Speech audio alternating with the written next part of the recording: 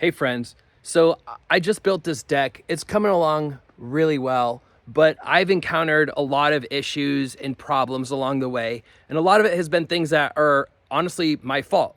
And as a first time deck builder, I wanted to show you why these came up and what to avoid. And honestly, if I could have done this deck differently, all of these little notes that I've written on the boards here are things that would have made my life way easier and this deck build way better and especially quicker.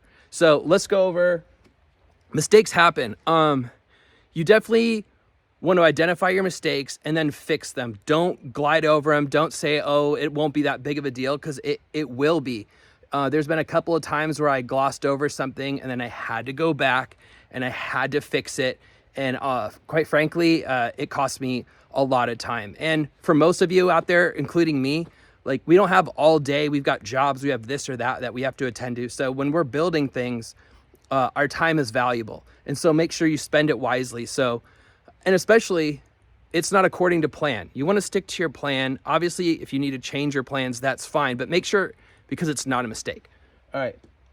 Stay organized. After a while, I noticed that my tools start to get all over the place. I don't know if you can see over there, but they start to spread out. Things will fall out. You're jumping in and out of the joist, etc. And I would spend a lot of time looking for the particular tool I need. Sometimes it would even be in a different pocket that I would just like instinctively put in. But stay organized, especially like when you're setting up and putting your tools away. This will cost you a lot of time. And again, it's a big thing we need to worry about, is keeping our time and managing our time.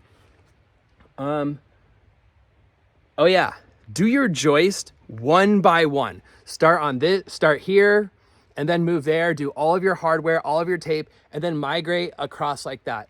I put all my joists in at one time because I was excited to do the joist. It's kind of a big part of the deck. It makes the deck look, like a deck. When you've got all of that, it's such a cool feeling. But what happened was it makes you have to jump in and out. It's really a tight space in between them. There's 16 inches on center. And so I can't tell you how many times, if you watch the build video, you'll see me jumping in and out, in and out, in and out.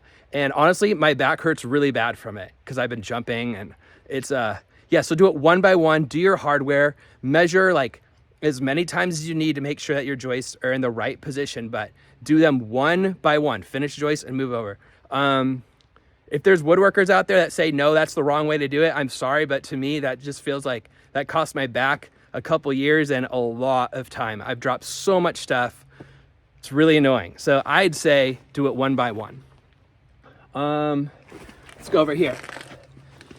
So pressure treated ground contact wood is wet. It comes, from the lumber yard. They've put their chemicals in it for, to prevent it from rotting and stuff like that, so it can, endure the elements. But the problem with that is when it dries, my arm's getting tired. When it dries, it warps, and you can try and let it dry together with like clamps and stuff, but then still there's like a wet edge in between the clamps. So there's been a number of times where I would set the wood in, and then I'd put it into place. I'd build the component, and then I'd come back the next day and there'd be a gap. There'd be a separation when the day before it was flush. And that's really frustrating, especially if it's a component that needs to have like structural integrity. So I believe you can kind of like fix this with using like certain types of hardware, like joist hangers and stuff, but I don't think you want to have wood that's like, a millimeter or like, whatever apart from each other. It's very frustrating, especially when you work really hard to work on your measurements. So I'd say let your wood dry, put some weights on it. I don't know, but get to your project fast and finish it. I'm actually not sure what the fix is for that, but I've noticed that when the wood dries, it changes form, and it caused me a lot of problems. So any pros out there, I'd love to hear how you guys work around this, because again, this is my first deck build, and that was really frustrating to see some of my tight fits that I worked really hard on get wonky. All right. Cheap materials. It's really tempting to,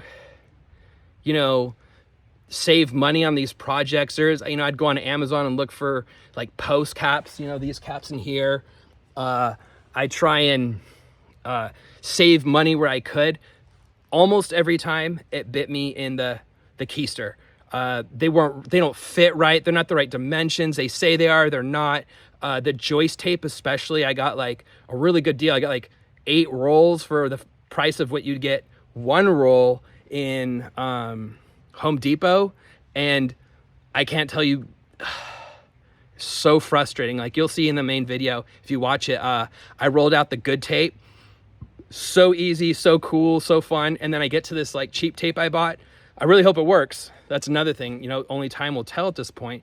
But oh, it was just frustrating. It's not as sticky. And I've just learned with a number of things, like there's a reason why things cost more money. And with things that need to be stable, just fork over the extra $1 or $2 or $5 or 10 or 100. You know how it goes. Yeah. And my last one, that no peel stuff. Oh my God, so frustrating. Just get the stuff where it peels directly, no under peel tape. But anyways, you know, the deck's coming along really good. I'd say take your time where it matters. Obviously measure twice, cut once, but I'm really excited to do this. It's about done. I'm just gonna put the decking on it. It's all over there. Yeah, thanks for joining. And hopefully some of these tips helped you, because if I could have spoke to myself, oh boy.